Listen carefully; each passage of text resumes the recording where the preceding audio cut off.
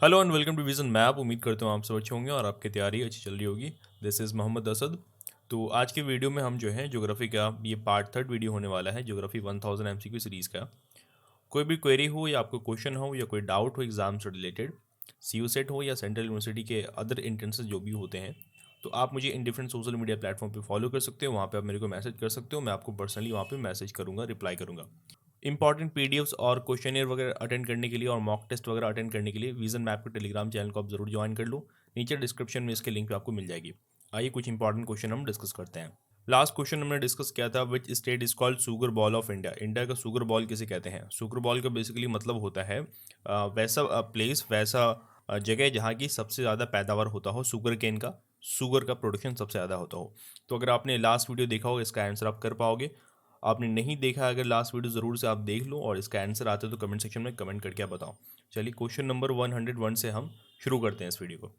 The reason behind earthquake is, earthquake आपका क्यों होता है? तो देखिए इसको समझने के लिए एक मैंने यहाँ पे डायग्राम डाउनलोड किया है, आप इसको देखिए।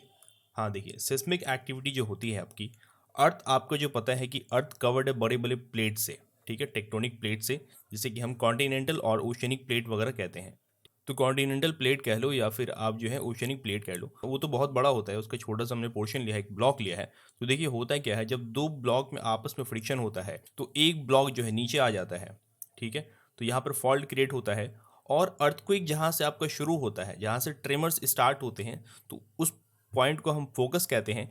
और उसके जस्ट परपेंडिकुलर पॉइंट जो है 90 डिग्री पे जो बनता है, उसे हम एपिसेंटर कहते हैं। ये क्वेश्चन भी कई बार एग्जाम में आया हुआ है। What is the point directly above focus called? Focus के जस्ट ऊपर वाले पॉइंट को हम क्या कहते हैं? जिसे हम एपिसेंटर कहते हैं, ठीक है। तो प्लेट्स के मूवमेंट के वजह से जो है, बेसिकली टेक्टोनिक प्लेट के मूवमेंट की वजह से जो है आपका अर्थक्वेक आता है। तो चलिए इस क्वेश्चन में आप देख सकते हो कि ऑप्शन में गिवन है टेक्टोनिक प्लेट के मूवमेंट की वजह से। तो ऑप्शन सी इसका राइट आंसर बनेगा। विच layer of atmosphere is use for telecommunication?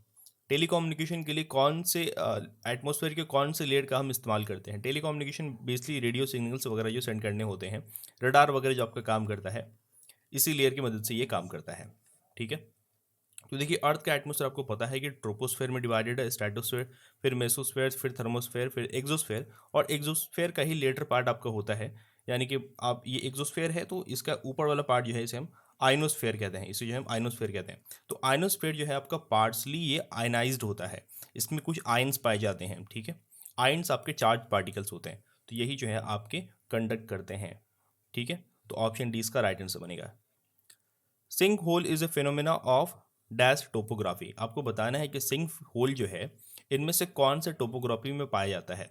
Plane topography में, डिजर्ट टोपोग्राफी में, तुंद्रा में या कार्स्ट में?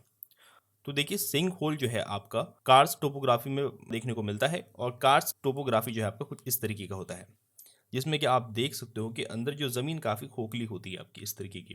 तो ये खोखलापन ज़मीन में इस तरीके से आता है कि ये आपके जो है लाइम स्टोन के ऊपर का लेयर जो है ये लाइम स्टोन का बना होता है। जब बहुत सारा पानी ग्राउंड वाटर में जमा होता है, यहाँ पे मान लो कि बहुत सारा पानी पहले जो है जमा हुआ था, ऊपर स्टीम से भी पानी आ रहा है, तो वो एक बार जो है कोलैप्स कर जाता है।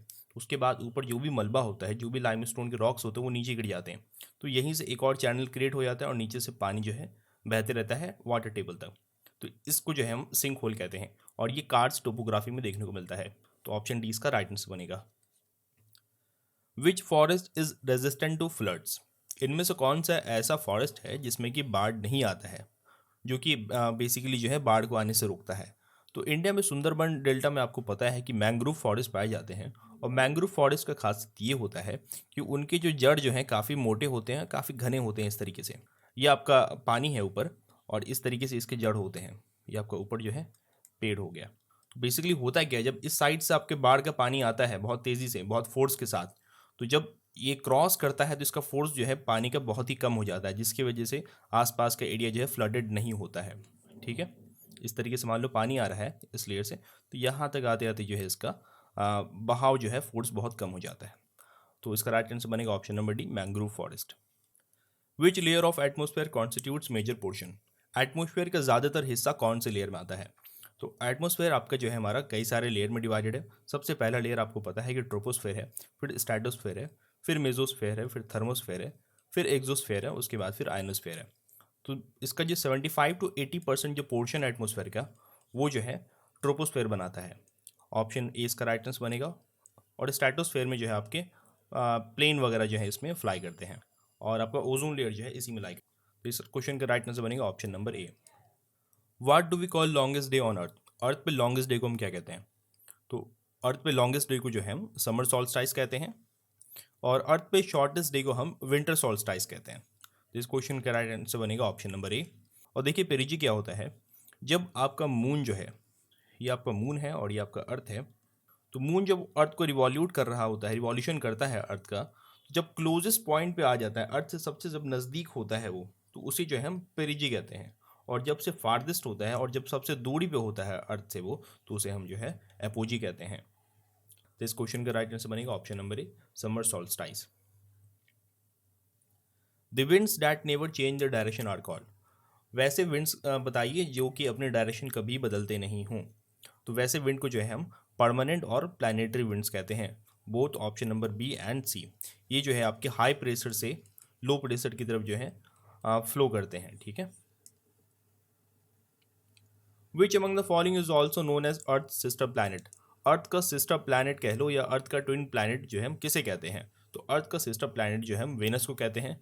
ऐसा इसलिए क्योंकि वेनस का जो है साइज और मास बिल्कुल अर्थ के सिमिलर है, ठीक है। हालांकि लाइफ इनहैबिटेबल है, लेकिन साइज और मास जो है बिल्कुल सिमिलर है, इसलिए अर्थ का सिस्टर प्लैनेट कहते हैं। ऑप्शन डी इसका राइट आंसर बनेगा। In which state of India is the gulf of Kutch located. Gulf of Kutch India में कौन से राज्य में है? तो गल्फ ऑफ कच्छ जो है आपका इंडिया में गुजरात में लोकेटेड है। ऑप्शन सी इसका राइट आंसर बनेगा। The life cycle of A star is determined by which of the following. Star की जो लाइफ साइकिल है इनमें से किससे डिटरमाइन होती है? उसकी ब्राइटनेस से, मास से, कलर से, या एज से? तो देखिए स्टार की जो लाइफ साइकिल है वो इन्वर्सली प्रोपोर्शनल होती है। ये स्टार की लाइफ साइकिल इन्वर्सली प्रोपोर्शनल होती है उसकी मास की। जितनी ज़्यादा मास होगी उतनी कम उसकी जो है लाइफ साइकिल होगी। तो राइट आंसर बनेगा ऑप्शन नंबर बी। और जनरली कलर किसी भी स्टार का जो है उसके टेम्परेचर से डिसाइड होता है। ज़्यादा टेम्परेचर होगा तो ज़्यादा ब्राइट कलर उसका होगा, ठीक है। Time taken by the sun to revolve around the centre of our galaxies. Milky Way galaxy की जो सेंटर है उसके चारों ओर रिवॉल्व करने में सन को कितना टाइम लगता है? तो सन को जो है, सन भी रिवॉल्व कर रहा है। बहुत लोगों को लगता है कि सन जो है स्थिर है, सन रिवॉल्व नहीं कर रहा है। तो सन रिवॉल्व भी कर रहा है और सन रोटेट भी कर रहा है अपने एक्सिस पे, ठीक है। तो रिवॉल्व करने में उसे तकरीबन जो है 25 करोड़ साल लग जाते हैं। ऑप्शन सी इसका राइट आंसर बनेगा। Largest coal reserves are found in India and. India में लार्जेस्ट कोल रिजर्व जो है कौन से राज्य में पाए जाते हैं, ठीक है। कोल का जो है रिजर्व जो है आपको बताना है कौन से राज्य में पाए जाते हैं, ठीक है। देखिए एज पर रिसेंट डेटा जो है सबसे ज़्यादा जो आपका कोल का रिजर्व है झारखंड में पाया गया है। तकरीबन जो है 83,152 मिलियन टन। आप समझ लो इतना बड़ा फिगर जो है, तो इतना ज़्यादा जो है आपका कोल रिजर्व झारखंड में है। तो इसका राइट आंसर बनेगा option number C. A group of stars arrange in a particular shape is called. Particular shape में ग्रुप ऑफ स्टार्स जो हैं उसको लोग इमेजिन करते हैं कि एक शेप बना रहा है वो, ठीक है। जैसे कि बहुत सारे आपके इस तरीके से होंगे, ठीक है। तो एक तो आपने देखा होगा स्काई में 7 स्टार का कलेक्शन, जिसे कि हम सप्तऋषि कहते हैं। कुछ और भी इंपॉर्टेंट कॉन्स्टलेशन की हम बात करें तो आपका उड़सा माइनर हो गया, उड़सा आपका मेजर हो गया, और एक और इम्पॉर्टेंट वन है वो आपका जो है ओरियन है। तो जो ग्रुप ऑफ स्टार्स है इसे हम जो है कॉन्स्टलेशन कहते हैं। ऑप्शन बी इसका राइट आंसर बनेगा। The most abundant gas in earth atmosphere is. Earth के एटमोसफेयर में सबसे ज़्यादा मात्रा में कौन सा गैस देखने को मिलता है? तो पहले अर्थ के एटमोसफेयर के कॉन्स्टिट्यूट हम समझते हैं। 78% आपको सभी को मालूम है कि नाइट्रोजन पाया जाता है। 21% ऑक्सीजन पाया जाता है। 0.9% जो है आपका आर्गन पाया जाता है, ठीक है। और 0.4% के तकरीबन जो है अभी बढ़ गया है कार्बन डाइऑक्साइड। पहले 0.03 था, अभी 0.04% है जो है कार्बन डाइऑक्साइड पाया जाता है। और बाकी रेस्ट जो है आपके अदर गैसेस देखने को मिलते हैं, ठीक है। तो सबसे ज़्यादा कंपोजिशन जो है नाइट्रोजन का है। ऑप्शन सी इसका राइट आंसर बनेगा। The least populated state of India is.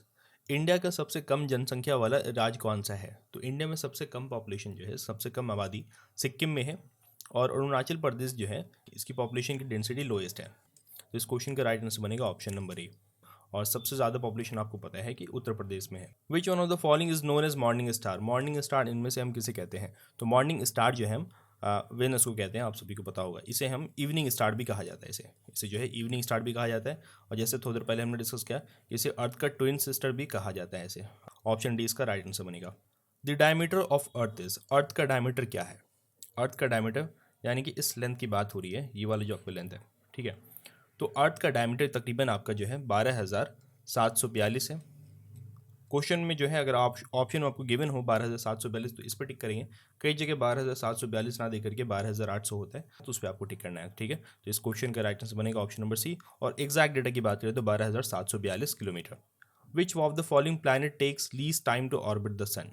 इनमें से कौन से प्लैनेट जो है सबसे कम टाइम लेते हैं सन को ऑर्बिट करने में? ठीक है, सभी प्लैनेट्स आपको पता है कि सन की ओर जो है ऑर्बिट कर रहे हैं, तो जो प्लैनेट सबसे नज़दीक होगा सन के वो सबसे कम टाइम लेगा। तो आपको पता है कि सबसे नज़दीक सन के जो है मरकरी है। ऑप्शन बी इसका राइट आंसर बनेगा। The equatorial circumference of the earth is. Equatorial circumference earth का क्या है? इक्वेटोरियल कहने का मतलब ये है कि ये अगर आपका अर्थ है, ठीक है, ये थोड़ा सा स्लाइटली जो है बल्जिंग शेप का है। ठीक है, तो ये आपका इक्वेटर है। इस सर्कमफेरेंस की अगर हम बात करें तो ये तकरीबन जो है आपका 40,075 किलोमीटर के आसपास है। ऑप्शन बी इसका राइट आंसर बनेगा। और अगर हम पोलर सर्कमफेरेंस की अगर हम जब भी हम बात करेंगे तो पोलर सर्कमफेरेंस जो है इक्वेटोरियल सर्कमफेरेंस से हमेशा कम होगा, क्योंकि ये जो है आपका ऊपर थोड़ा सा जो है कंप्रेस्ड शेप है, बल्जिंग शेप है इस तरीके से। तो इस क्वेश्चन का राइट आंसर बनेगा option number B. Earth axis is tilted at an angle of. Earth का जो आपका एक्सिस है ये कितने एंगल पे टिल्टेड है? तो ये आपका जो है तकरीबन 23.5 डिग्री पे टिल्टेड है। ऑप्शन ए इसका राइट आंसर बनेगा। Shortest day of the year in northern hemisphere is on. Northern hemisphere में आपको बताना है कि शॉर्टेस्ट डे कौन से दिन पड़ता है। तो यूजुअली ये जो है आपका 21 दिसंबर को पड़ता है। ऑप्शन ए इसका राइट आंसर बनेगा। Sundarban forest are the coastal forest of. Sundarban forest जो है आपके कौन से डेल्टा के कोस्टल फॉरेस्ट है आपको बताना है। तो देखिए सुंदरबन फॉरेस्ट जो है आपके गंगा डेल्टा के जो है ये फॉरेस्ट है। ठीक है, ऑप्शन ए इसका राइट आंसर बनेगा। The ring of fires is associated with. Ring of fires जो है इनमें से किन से जो है संबंधित है? तो देखिए रिंग ऑफ फायर हम पहले जानते हैं कि ये आपका बेसिकली वोल्केनोस है जो कि पैसिफिक ओशन में पाया जाता है। और जो आपको पता है कि वोल्केनो के इरप्शन से अर्थक्वेक भी आता है। तो ये तीनों ही जो है रिंग ऑफ फायर से रिलेटेड है, यानी कि option D all of the above. Seismometer measures. Seismometer का इस्तेमाल हम किस लिए करते हैं? तो सेस्मोमीटर के जो है हम अर्थक्वेक को मेजर करने के लिए इस्तेमाल करते हैं। ऑप्शन सी इसका राइट आंसर बनेगा। और इसकी इंटेंसिटी जो है आपकी रिक्टर स्केल पे देखने को मिलती है। Which one of the following is the smallest continent? इनमें से कौन से कंटिनेंट जो है स्मॉलेस्ट है आपको ये बताना है।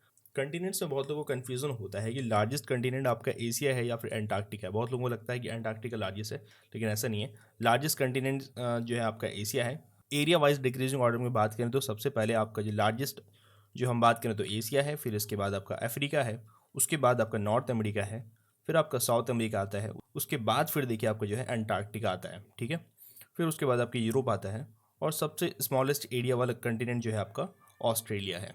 यानी कि ऑप्शन डी इसका राइट आंसर बनेगा। सेंट्रल यूनिवर्सिटी के एंट्रेंस एग्जाम के लिए अगर आप तैयारी कर रहे हो या फिर वो बैचलर हो या मास्टर एंट्रेंस एग्जाम्स हो, तो उसके लिए बहुत सारे हेल्पफुल मटेरियल्स आपको विजन मैप की प्लेलिस्ट पे आप जाके चेक करो, वहाँ से मिल जाएंगे। बहुत सारे कोर्सेज पे जो है वीडियोस ऑलरेडी अपलोडेड हैं और कई सारे सीरीज जो है आपको चलाई जा रही हैं। और कोई भी डाउट हो या क्वेरी हो तो आप मुझे पर्सनली मैसेज कर सकते हो मेरे इंस्टा पे। एंड कमेंट सेक्शन में आप ये भी जो है बता दिया करें कि कौन से एंट्रेंस एग्ज़ाम की तैयारी कर रहे हैं, कि ताकि हमें पता चल सके कि ज़्यादातर बच्चे जो हमारे चैनल पे आते हैं वो कौन से एंट्रेंस एग्ज़ाम की तैयारी कर रहे होते हैं। तो हमें उससे आइडिया मिलते रहेगा और हम उसके अकॉर्डिंग भी जो आपको है कंटेंट प्रोवाइड करते रहें। आई होप कि वीडियो हेल्पफुल लगा। हम मिलते हैं अगली वीडियो में, तब तक के लिए थैंक यू।